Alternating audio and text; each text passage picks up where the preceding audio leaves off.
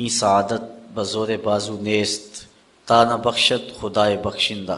اللہ تعالیٰ جل شانہ کے محبوب علیہ السلام نے ارشاد فرمایا کہ اگر لوگوں کو پتہ چل جائے کہ ماہ رمضان میں کیا ہے تو وہ آرزو کریں کہ پورا سال ہی روزے رہیں اور یہ مہینہ پورے سال پہ پھیل جائے۔ اتنی رحمتیں اور اتنی برکتیں اس ماہ نور کے دامن میں ہیں جو اہل ایمان کو نصیب ہوتی ہیں۔ رمضان المبارک اللہ تعالیٰ جل شانہ کے ہونے کا یقین پختہ کرتا ہے۔ ایک تو یہ کہ ہم اس بات کو محسوس کرتے ہیں جو کہ حضور نے ارشاد فرمایا کہ جب ماہ سیام آتا ہے تو شیاطین جکڑ دیے جاتے ہیں، سلسلۃ الشیاطین۔ تو ہم اپنی آنکھوں سے دیکھتے ہیں وہی محلے، وہی گلیاں، وہی بازار، وہی شہر، وہی بستیاں، وہی دیہات اور قریے ہوتے ہیں، لیکن جو ہی ماہ سیام کا چاند طلوع ہوتا ہے مسجدوں کے دروازے کھل جاتے ہیں اور محبتوں کا ہجوم ہوتا ہے، اور دوسری طرف ہم ایک نور اپنے دامن میں اترتا ہوا محسوس کرتے ہیں جو ہمارے بزرگ صوفیاء مراقبوں اور چلوں سے حاصل کرتے ہیں، محنت، تگ و تاز، جد و جہد، وظائف، پھر ایک نور پاتے ہیں اللہ جل شانہ کے ہونے کا کہ وہ دیکھ رہا ہے ہمیں، یہ تیقن انہیں نصیب ہوتا ہے۔ لیکن ماہ سیام میں یہ نور بارش کی طرح برستا ہے، ایک گناہ گار سے گناہ گار شخص بھی اس چیز کو محسوس کرتا ہے۔ آپ نے کبھی دیکھا ہو کہ دوپہر کے وقت سخت گرمی ہے، زبان کانٹا بنی ہے، حلق خشک ہے، ٹھنڈا پانی دستیاب ہے، دروازہ بند ہے، کوئی دیکھنے والا بھی نہیں، اس کے باوجود بھی بندہ پانی کا ایک گھونٹ حلق سے نیچے نہیں اتارتا کہ میرا اللہ مجھے دیکھ رہا۔ یہ نور خاص طور پہ ہمیں اس مہینے میں نصیب ہوتا ہے، بلکہ جب صبح سحری کا منظر ہوتا ہے تو چھوٹے چھوٹے بچے بھی جاگ پڑتے ہیں اور وہ بھی ضد کرتے ہیں کہ ہم نے بھی روزہ رکھنا ہے، تو مائیں ان سے مجبور ہو کے انہیں بھی کھانا دیتی ہیں۔ جب دھوپ چمکنے لگتی ہے اور بچوں کے چہروں پر کمزوری کے آثار ظاہر ہوتے ہیں تو مائیں کہتی ہیں کہ بیٹے تم روزہ کھول لو، تمہارے 2 روزے ہو جائیں گے۔ ہمارے دیہاتوں میں کہتے ہیں چڑی روزہ ہو جائے گا، لیکن میں نے دیکھا ہے کہ چھوٹے بچے بھی خلوت میں بھی پانی نہیں پیتے۔ وہ نور جو مراقبوں اور چلوں سے نصیب ہوتا ہے وہ 7 سال کے بچے کے سینے میں بھی ڈھیل دیا جاتا ہے۔ یہ اس ماہ نور کا فیضان ہے جو ہم اپنی آنکھوں کے سامنے برستا ہوا دیکھتے ہیں۔ میں سمجھتا ہوں کہ اس شخص سے بڑا بد نصیب زمانے میں کوئی نہیں جو اس مہینے میں بھی محروم رہ جاتا ہے، مسجد کا رخ نہیں کرتا، اسے صلاۃ التراویح نصیب نہیں ہوتی، نیکی کی محفلیں اور اچھائی کا ماحول اس کا مقدر نہیں ہوتا۔ حضور علیہ السلام نے منبر کی 3 سیڑھیوں پہ قدم رکھتے آمین آمین فرمایا تھا۔ بعد میں صحابہ کے پوچھنے پر ارشاد فرمایا کہ میرے پاس جبریل امین آئے تو انہوں نے کہا اس شخص کی ناک خاک آلود ہو جو والدین کو بڑھاپے میں پائے اور خدمت کر کے جنتی نہ ہو، تو میں نے آمین کہا۔ پھر کہا اس شخص کی ناک خاک آلود ہو جس نے ماہ سیام رمضان المبارک کو پایا اور عبادات کر کے اپنی بخشش نہ کروائی، تو میں نے آمین کہا۔ تو جبریل امین نے پھر جب میں نے تیسری سیڑھی پہ قدم رکھا تو کہا اس شخص کی ناک خاک آلود ہو جس کے سامنے آپ کا ذکر کیا جائے وہ آپ پہ درود نہ پڑے، تو میں نے آمین کہا۔ اب جبریل یہ کہنے والے ہوں اور حضور آمین فرمانے والے ہوں تو پھر دعا کی قبولیت میں شک کوئی نہیں رہتا، تو اس شخص سے بڑا بد نصیب کوئی نہیں جو اس ماہ سیام میں بھی محروم رہتا ہے۔ اللہ تعالی ہمیں، ہمارے گھر والوں کو، ہمارے عزیزوں کو، اقربا کو، بلکہ پوری امت مسلمہ کو اس ماہ نور کی برکت نصیب فرمائے، اور ہم میں سے رحمتوں کے اس موسم برسات میں کوئی شخص بھی محروم نہ رہے۔ آج کی اس نشست میں سورۃ الفاتحہ پہ کچھ گفتگو آپ کے گوش گزار کرنے کی کوشش کروں گا۔ آپ کی توجہ چند لمحوں کے لیے چاہوں گا، اللہ تعالیٰ میری زبان پر کلمۃ الحق جاری فرمائے۔ سورۃ الفاتحہ وہ بابرکت سورت ہے جو کہ مکہ المکرمہ میں حضور کے سینہ اطہر پہ نازل ہوئی۔ 7 آیات پر مشتمل یہ سورت اپنے دامن میں بہت سا نور رکھتی ہے، بلکہ قرآن مجید کی یہ واحد سورت ہے جو 1 بار نہیں 2 بار نازل ہوئی ہے، اس لیے اس کو 7 مثانی بھی کہتے ہیں کہ 7 آیتیں جو 2 بار نازل ہوئیں۔ حضرت ابو سعید بن معلہ رضی اللہ تعالی عنہ جلیل القدر صحابی ہیں، نماز پڑھ رہے تھے تو حضور نے انہیں آواز دی، چونکہ وہ نماز میں مشغول تھے تو تھوڑی دیر کے بعد پہنچے۔ حضرت امام بخاری نے اپنی سند کے ساتھ اس روایت کو لکھا ہے۔ تھوڑی دیر کے بعد پہنچے تو آقا کریم نے فرمایا کہ میں نے تمہیں آواز دی اور تم نے آتے ہوئے دیر کیوں لگا دی؟ تو حضرت ابو سعید بن معلیٰ عرض کرنے لگے، حضور میں نماز پڑھ رہا تھا۔ تو آقا کریم علیہ السلام نے ارشاد فرمایا کہ تو نے اللہ کا کلام نہیں سنا؟ یا ایھا الذین آمنوا استجیبوا للہ وللرسول اذا دعاکم، اے ایمان والو جب تمہیں اللہ اور اس کا رسول پکارے تو ان کی پکار پہ لبیک کہا کرو۔ یہ سورہ انفال کی آیت نمبر 24 ہے، اور حکم ہے اہل ایمان کو کہ جب حضور آواز دیں تو تم نماز بھی پڑھ رہے ہو، نماز چھوڑ کے نبی کی پکار پہ لبیک کہتے ہوئے حاضر ہو جایا کرو۔ اور پھر صحابہ اس واقعہ کے بعد حاضر ہوتے تھے اور آقا کریم جو کام کہتے وہ کام کرتے، اور واپس آتے تو جہاں سے نماز چھوڑی ہوتی وہیں سے نماز شروع کرتے۔ اوروں سے مخاطبہ کریں تو نماز ٹوٹ جاتی ہے، لیکن حضور علیہ السلام سے نہ کلام کرنے سے نماز ٹوٹتی ہے، نہ حضور کی خدمت میں حاضری سے نماز ٹوٹتی ہے۔ آقا کریم علیہ السلام کی خدمت میں نماز کے اندر ہی تو کہا جاتا ہے السلام علیکہ ایھا النبی۔ تو حضرت نبی رحمت صلی اللہ علیہ وآلہ وسلم نے فرمایا، اے ابو سعید بن معلیٰ، میں تمہیں مسجد کے نکلنے سے قبل ایک ایسی سورت بتاؤں گا جو 2 مرتبہ نازل ہوئی ہے اور جو 7 مثانی ہے۔ تو حضرت سعید بن معلیٰ کہتے ہیں کہ حضور نے میرا ہاتھ پکڑ لیا۔ جب ہم مسجد سے باہر نکلنے لگے تو میں نے حضور سے عرض کی، حضور آپ نے وعدہ کیا تھا کہ میں مسجد سے باہر نکلنے سے قبل آپ کو وہ سورت بتاؤں گا جس سے افضل سورت قرآن کے دامن میں کوئی اور نہیں ہے۔ تو حضور علیہ الصلوۃ والسلام نے ارشاد فرمایا، الحمدللہ رب العالمین۔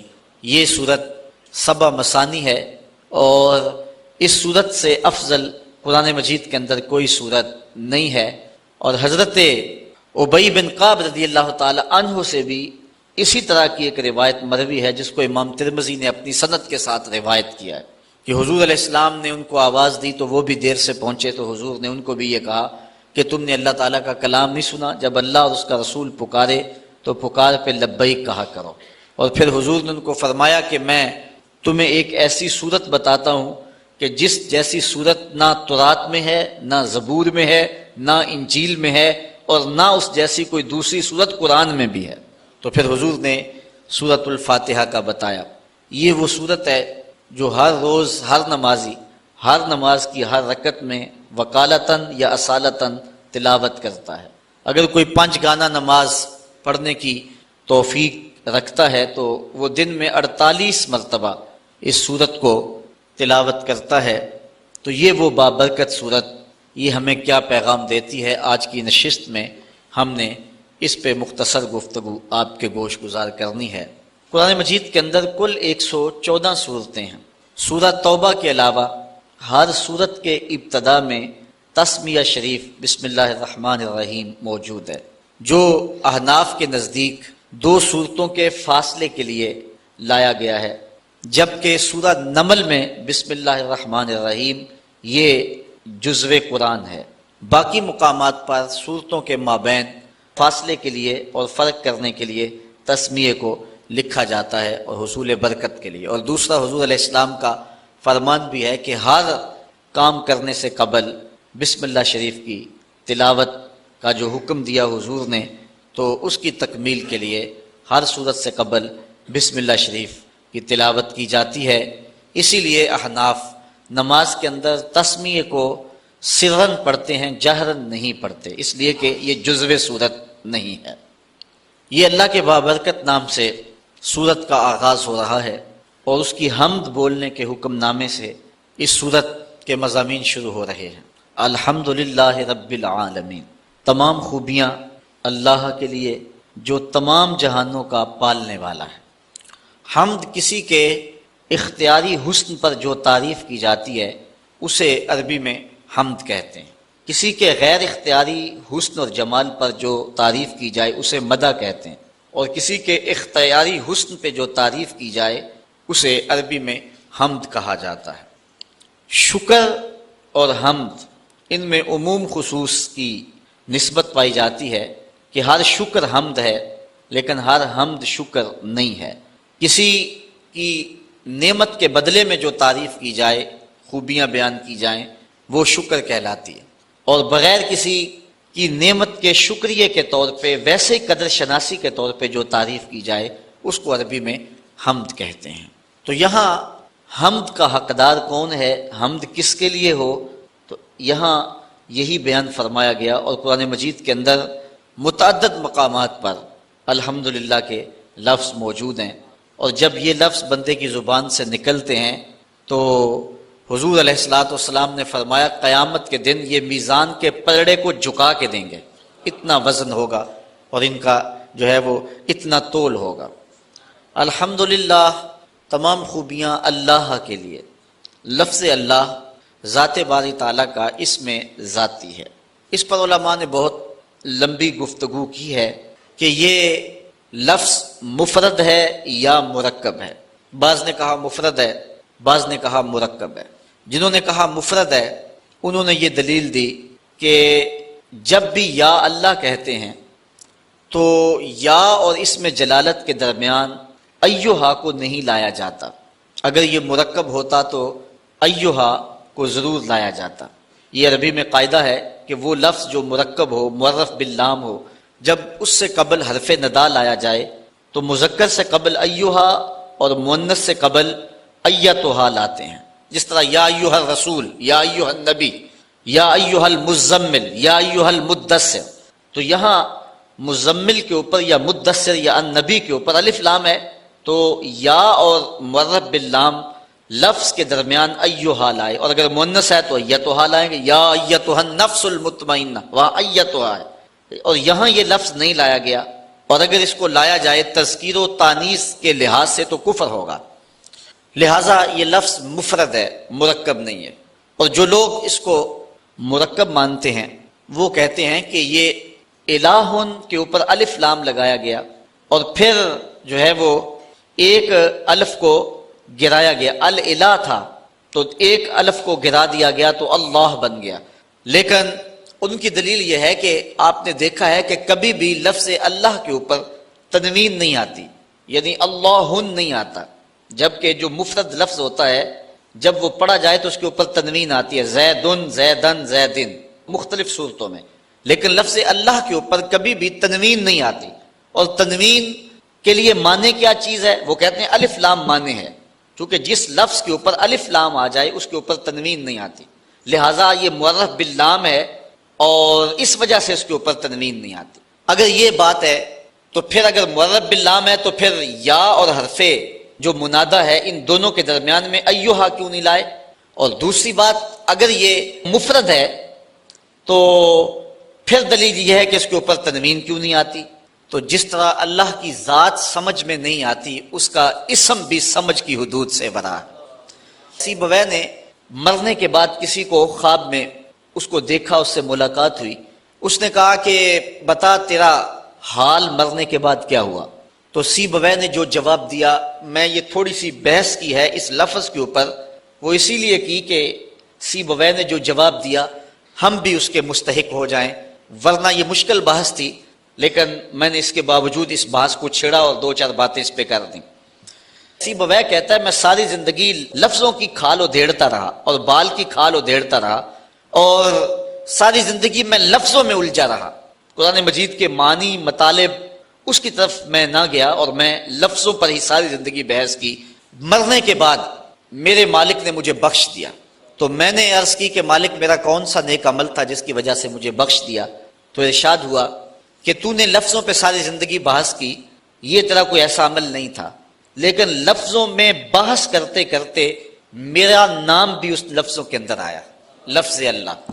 کسی نے کہا یہ نکرہ تھا، الف لام لگا کے معرفہ بنایا گیا، کسی نے کہا یہ علم ہونے کی وجہ سے معرفہ ہے، لوگوں نے اس پہ بحثیں کی، لیکن سیبویہ کہتا ہے کہ میں نے کہا کہ یہ پہلے ہی معرفہ تھا، لیکن اس میں جلالت ہونے کی وجہ سے اس کو مزید معرفہ کر دیا گیا، تو یہ عارف المعارف ہے، یہ معرفہ کا بھی معرفہ ہے۔ کہتا ہے کہ میں نے اس کے بابرکت نام کو عارف المعارف کہا، تو اللہ تعالیٰ جل شانہ کو میری یہ ادا پسند آ گئی اور میری مغفرت فرما دی، اس لیے میں اس کے بابرکت نام پہ تھوڑی سی بات کی ہے کہ باوجود کہ یہ علماء کا موضوع ہے، لیکن سارے لوگ پوری توجہ سے اس گفتگو کو سن رہے تھے. کس لیے سن رہے تھے؟ کہ ہمارے رب کے نام پر بحث ہو رہی ہے. تو اللہ کی رحمتوں سے یہ بعید نہیں ہے کہ اللہ اس کے صدقے سے ہماری بھی مغفرت فرما دے کہ یہ اجمی لوگ ہیں لیکن میرے نام پر بحث کو غور سے سن رہے تھے. تو اللہ تعالیٰ جل شانہ اس کے صدقے ہم سب کی مغفرت فرمائے. تو کہا تمام خوبیاں اللہ کے لیے. اب یہاں الحمد کے اوپر جو الف لام ہے یہ بھی علماء نے کہا جنس کے لیے، یا الف لام جنس کا ہے یا استغراق کا ہے. ان دونوں صورتوں میں معنی یہ بنتا ہے کہ ہر خوبی اللہ کے لیے، یا ہر چیز جس کو خوبی کہا جا سکتا ہے وہ اللہ کے لیے. یعنی ہر کمال، ہر تعریف، ہر وصف، ہر خوبی، اس کے جتنے بھی افراد ہیں، یعنی خوبی کی جتنی بھی صورتیں اور قسمیں ہیں وہ سب اللہ کے لیے. اور دوسرا معنی یہ ہے کہ جسے خوبی کہتے ہیں، نفس خوبی، جنس خوبی، جنس کمال، جنس تعریف، وہ سب کے سب اللہ کے لیے، جس کی شان یہ ہے رب العالمین، جو تمام جہانوں کا پالنے والا ہے. کسی چیز کو اس کی استعداد ذاتیہ کے مطابق درجہ بدرجہ مرتبہ کمال تک پہنچانا ربوبیت کہلاتا ہے. یعنی جو اس کی فطری لیاقت اور استعداد ہے، جو اس کی طبع میں رکھی گئی ہے. کبھی ایسا نہیں ہوا کہ آپ نے ایک مرغی کو بہت سارا دانہ ڈالا ہو اور وہ بڑھتے بڑھتے اونٹ جتنی ہو گئی ہو، اور کبھی ایسا نہیں ہوا کہ ایک اونٹ کو چارہ کم ملا ہو اور وہ کمزوری کی وجہ سے مرغی کی مقدار کو پہنچ گیا ہو. ایسے نہیں ہوتا. کبھی ایسے نہیں ہوا کہ آپ نے بہت زیادہ کھاد ڈالی اور ایک چھوٹا سا پودا گلاب کا وہ برگد کا درخت بن گیا ہو اور اتنا بڑا ہو گیا ہو. اور کبھی ایسا نہیں ہوا کہ ایک برگد کے پودے کو مناسب نمی اور نشو و نما اور اس کو پانی نصیب نہ ہوا ہو تو وہ بالکل چھوٹا رہ گیا ہو. جو جس کی استعداد ذاتیہ ہے اس کے مطابق ہی اس کی تربیت کی جاتی ہے. مرد کی تربیت مردانہ شان کے مطابق اور عورت کی تربیت اس کے مطابق. اس طرح جانور کی تربیت، درختوں کی تربیت، ہر شے کی جو استعداد ذاتیہ ہے اس کے مطابق تربیت کرنا، جو اس کی ضرورت ہے وہ اس کو بہم پہنچانا، اس کو ربوبیت کہتے ہیں. ایک بچہ پیدا ہوتا ہے، اس کا معدہ اتنا کمزور ہوتا ہے کہ وہ کوئی غذا برداشت نہیں کر سکتا. تو اللہ تعالیٰ جل شانہ نے اس کی اس عمر کے لیے ماں کی چھاتیوں کے اندر متوازن غذا دودھ کی صورت میں رکھی ہے. یہ اس کی ربوبیت کی شان ہے. اور آپ دیکھتے ہیں کہ بچہ ہر شے آ کے سیکھتا ہے. اس نے بولنا کیسے ہے، چلنا کیسے ہے، سمجھنا، یہ ساری چیزیں وہ دنیا پہ آ کے سیکھتا ہے. لیکن دودھ ماں کی چھاتی سے کشید کیسے کرنا ہے یہ بچہ سیکھ کر کے آتا ہے. یہ اللہ تعالیٰ جل شانہ اس کو جو ہے وہ پڑھا کر کے اس کو سکھا کر کے بھیجتا ہے. قرآن مجید میں ایک مقام پہ فرمایا وَهَدَيْنَاهُ النَّجْدَيْنِ، ہم نے اس کو دونوں گھاٹیاں دکھا دی. اور اس سے مفسرین فرماتے ہیں ماں کی چھاتیاں مراد ہیں کہ بچہ سیکھ کر کے آتا ہے. بطخ کے بچے کو تیرنا پہلے ہی آتا ہے، وہ دنیا پہ آ کر نہیں سیکھتا. اور مرغی کا بچہ جو ہے اس کے وظائف الگ ہے، وہ پانی میں نہیں جا سکتا ہے. تو اس کو اس کے مطابق تربیت دی. اور بطخ کے بچے کے پاؤں اس طرح چوڑے رکھے جس سے وہ پانی کو پیچھے دھکیل سکے. یہ اس کی استعداد ذاتیہ کے مطابق اس کی تربیت کی. جس کو چارہ چاہیے اس کو چارہ بہم پہنچایا، جس کو کھانا چاہیے اس کو کھانا بہم پہنچایا، جس کو دودھ چاہیے اس کو دودھ بہم پہنچایا. ایک پرندہ ہے جسے ہنس کہتے ہیں، وہ سچے موتی کھاتا ہے. آپ اگر جائیں نا پنساری کی دکان پہ اور اس کو کہو کہ مجھے 2-4 تولے دے دے، تو ہو سکتا ہے سیالکوٹ سے ملے ہی نہ، گجرانوالا سے بھی نہ ملے.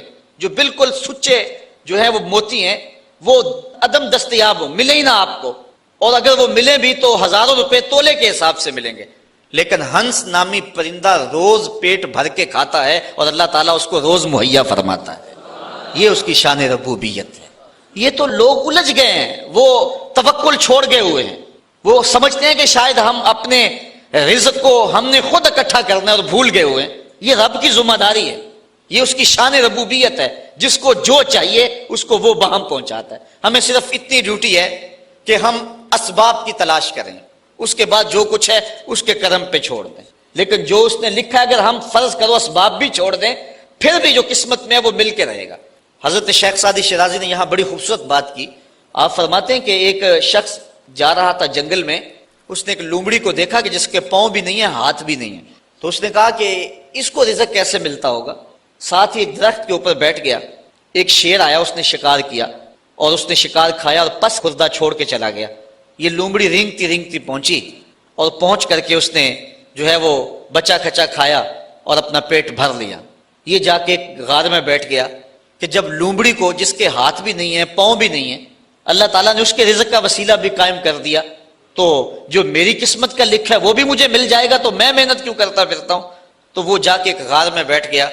ایک آدھا وقت تو فاقہ کاٹا. جب بھوک سے نڈال ہوا تو آواز آئی ہاتف سے، اے بندے میں تیرا بھی رب ہوں، لیکن لومڑی نہ بن، شیر بن، خود بھی کھا اور اوروں کو بھی کھلا. ہمیں حکم ہے کہ ہم اسباب پر نظر رکھیں، لیکن حقیقی نظر ہماری جو ہے وہ مسبب پر ہونی چاہیے. ہم ایسا نہ ہو کہ رزق کی تلاش میں رازق کو چھوڑ دیں اور ہم اس دنیا کو مقصود بنا لیں. اللہ تعالیٰ نے ان لوگوں کی مذمت کی ہے جن کا اوڑھنا بچھونا دنیا ہے. ارشاد فرمایا کہ جو ہے وہ لوگ الذی جمع مالا وعددہ یحسب ان مالہ اخلدہ کلا لینبذن فی الحطمہ وما ادراک ما الحطمہ نار اللہ الموقدۃ التی تطلع علی الافئدہ. وہ جو مال جمع کرتا رہتا ہے اور گنتا رہتا ہے اور پھر یہ خیال کرتا ہے کہ میرا مال مجھ کو لافانی کر دے گا. اللہ تعالیٰ فرماتا ہے ہم اس کو پکڑ کے بڑی آگ میں ڈالیں گے. اور وہ بڑی آگ کیسی ہے؟ اللہ فرماتا ہے کہ وہ میری جلائی ہوئی آگ ہے، اور وہ ایسی سخت آگ ہے کہ جو دل بھی کھا جائے گی، کلیجے بھی چاٹ جائے گی. تو اس آگ میں ہم اس بدبخت کو ڈالیں گے جو رزق کی تلاش میں رازق کو بھول گیا ہوا ہے، اور جس نے رزق کو مقصود اور قبلہ جان سمجھ لیا ہے. اور آج ہماری پریشانیاں، ہمارے دکھ اور اذیتیں یہ ہے کہ ہم بھول گئے ہیں، ہمارا توکل کمزور ہو گیا. اگر اللہ پہ توکل پختہ ہو تو کوئی مسئلہ نہیں. وہ رب العالمین ہے، تمام مخلوقات کا رب ہے. یہاں رب کا لفظ جو ہے وہ واحد ہے، عالمین جمع ہے. عالم کہتے ہیں ما سوی اللہ، اللہ کے علاوہ جو کچھ ہے وہ عالم ہے. اور ایک عالم کا رب نہیں ہے، تمام عالمین کا رب ہے. پرندوں کا بھی رب وہی ہے، درندوں کا رب بھی وہی ہے، چوپایوں کا رب بھی وہی ہے، چڑیوں کا رب بھی وہی ہے. جو پانی میں تیرنے والے، زمین پہ رینگنے والے، ہواؤں میں اڑنے والے، حتیٰ کہ آگ کے اندر پرورش پانے والے، اور انسانوں، جانوروں، حیوانوں، بہائم، ہر ایک کا رب وہی ہے. تمام کائنات کو برابر دے رہا ہے. کوئی مانتا اسے بھی دے رہا ہے اور جو نہیں مانتا اسے بھی دے رہا ہے. یہاں وہ رب المسلمین نہیں کہا کہ مسلمانوں کا رب ہے، یہ بھی نہیں کہا کہ انسانوں کا رب ہے، یہ بھی نہیں کہا کہ فرما برداروں اور متیوں کا رب ہے. کہا وہ تمام عالم کا رب ہے. کائنات کی ہر شے کا رب وہی ایک اللہ ہے جو کہ تمام تعریفوں کا حقدار ہے، اور تمام مدح و ستائش اور حمد و توصیف جس کے لائق ہے. وہ ایک سب کا خالق ہے اور سب کا رازق ہے اور سب کا رب ہے، اور اسی کو زیبا ہے کہ وہ سب کو رزق دے. ماننے والوں کو بھی دے رہا ہے، نہ ماننے والوں کو بھی دے رہا ہے، جو نہیں مانتے ان کو بھی دے رہا ہے، بلکہ ان کو زیادہ دے رہا ہے. بلکہ ایک حدیث میں آتا ہے کہ اگر مسلمانوں کی دل شکنی کا لحاظ اور خیال نہ ہو تو کافروں کے گھروں کی سیڑھیاں جو ہیں وہ سونے چاندی کی بنا ڈالوں، اتنا ان کو دوں. لیکن یہ کہیں گے ہمیں تو زیادہ ہی رگڑ دیا گیا. کافر کو بخشے حور و قصور، اور مومن کے لیے فقط وعدہ حور. پہلے شکوہ کر دیا گیا، پھر تو اور زیادہ شکوہ کریں گے. لیکن وہ ہر ایک کا مالک ہے، جو نہیں مانتا اسے بھی دے رہا ہے، جو مانتا اسے بھی دے رہا ہے. جو اس کے حضور سجدہ ریز نہیں ہوتا رب اس کا بھی ہے، اور جو اس کے حضور پانچوں وقت سجدہ ریز ہوتا ہے رب اس کا بھی ہے. کبھی سورج کو نہیں کہا یہ میرے نافرمانوں کا گھر ہے، اس کے گھر میں روشنی نہ بکھیرنا.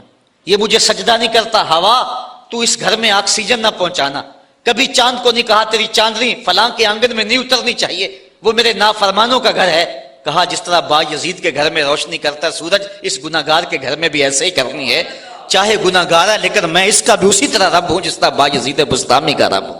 اب تھوڑا سا ایک اور اس پہ نقطہ سمجھنے کی کوشش کیجئے. عالمین اتنے ہیں اور رب ایک ہے.